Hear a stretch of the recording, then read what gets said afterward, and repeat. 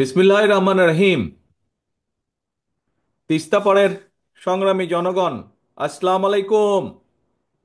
আজকে সারা বিশ্ব, পৃথিবীর সব মানুষ আজকে দেখে রাখুক, আজকে জেনে রাখুক যে উত্তরাঞ্চলের এই যে লাখো কোটি মানুষ তিস্তা নদীর পানির ন্যায্য হিস্সা থেকে আজকে বঞ্চিত, এবং এই জন্য এই কারণে মানুষগুলা আজ এখানে।